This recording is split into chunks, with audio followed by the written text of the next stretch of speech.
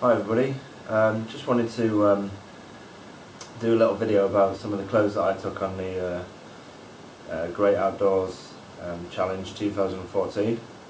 I found it really useful to look at other people's videos and blogs and stuff in order to know what to take given the conditions that we might face when we're up in Scotland.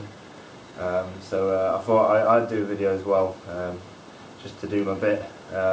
If any of you are thinking about doing it, or you want to tweak your gear in some way, then I thought I'd do a little video to show you just what I wore. So I'll start from the bottom up. This is the shoe that I went for on Footwear, which is the Salomon XA 3D Ultra 2 shoe. I think each shoe weighs something like 430 odd grams. So there is light shoes out there, but it's pretty sturdy, so I quite liked it. It's a non-waterproof shoe. After doing a bit of research, I decided I'd go with a non-waterproof shoe because I'm going to be crossing rivers and through bogs and things like that. Water's going to get in your feet, in your footwear anyway. So what I wanted is for when water does get in there, for it to get out again. So I went with a non-waterproof shoe, and I'm glad I did. I think it was the right decision to do. I had wet feet the majority of the time, especially in the first half of the week, but as I say, fresh water is being pumped in and out all the time, so instead of festering in a Gore-Tex lined shoe or something like that. So and it's pretty steady as well. The grip on it is not too bad. I wouldn't say there's better grips out there, but it did the job for the majority of the terrain that I was walking on. And it's got the quick lace shoe. Some people don't like this. Some people have said that when they get really muddy, then it gets a bit clogged up.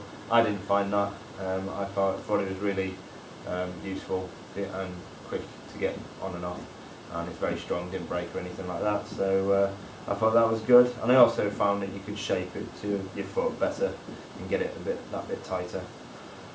So yeah, really like this shoe. The sole obviously comes in and out. I took the sole out quite a bit and give it a good wash anytime I could, just to get any bits of grit or anything out there that might affect the state of my feet at the end of the day. But really good shoe. Some people prefer more ankle support. I wasn't too fussed about that, so I thought it was a good shoe. So I'd recommend that to anyone who wants to get that. I wore those in conjunction with my ankle gaiters. These are Rab ankle gaiters. Again, I thought these were really good. They didn't break, easy to get on, and they just keep all those little bits of stone and twig and heather and moss and things from getting in when you're on the trail. And I thought those were really, really good.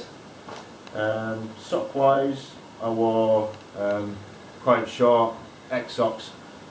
These are technical socks, and left right specific, reinforced in the right places and very stretchy, easy drying, comfortable, good socks. Like those a lot, and I felt from what I gather a lot of people were wearing X socks, so they were pretty good. I also took a pair of Icebreaker Merino midweight socks. Brilliant, but I didn't wear them. I just had them just in case I needed them. Other socks, the ones that I've got on, which are Bridgedale liner socks, and I wore those in bed just to protect my sleeping bag more than anything from my grimy, sweaty feet. But yeah, very lightweight. Had a little bit of extra warmth in your sleeping bag, but yeah, they're pretty good socks. Nothing's cotton. I never took anything that was cotton. Cotton's the enemy, as we all know. What else? So that's pretty much footwear.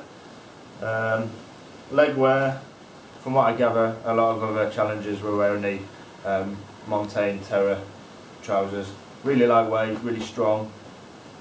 Very quick drying if they do get wet, and they're pretty much, well, they are windproof, except if you take the vents down, unzip the vents, it's just got little, on the side of the legs there, it's got a zip. for when it's really hot, which it was, and I use that quite a lot. So great trouser zone, recommended by everybody. Also I've got leg wear. I took this as pajamas again, I suppose. North Face long johns. I think these are like a merino hybrid or something. Really comfortable, but again, wear those in bed. They say that the less clothes you wear in your sleeping bag, the better. It maximises the efficiency of your sleeping bag. But I also like to protect my sleeping bag from my skin, basically. So I like to wear something in bed, and I found that this is quite good.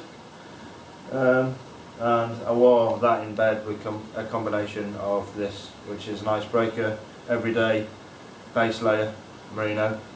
I like my merino base layers because something about merino wool, it's just really comfortable, I find, and it keeps you cold, or keep cool when you're warm, and somehow keeps you warm when you're cool. So it's like a magical product.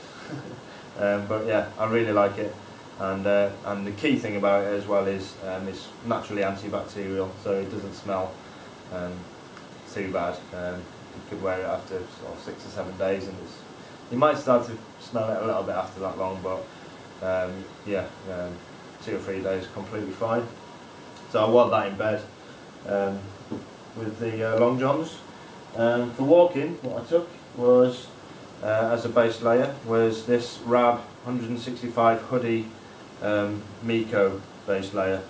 I thought this was a brilliant top. I really liked it. I wore this pretty much only this the majority of the time on my top half. I like hooded items because it just keeps your neck warm, and you know it's not going to fly off, and you can zip it right up, so you've just got sort of this bit showing. It's also got thumb loops, so it doesn't ride up or anything, and I'm not sure what the Kekona does in it. I'm sure it does something, but it's the merino that I like in it as well. So merino's not for everybody, but I just find I don't like smelling really badly. I just don't like that sort of horrible BO smell.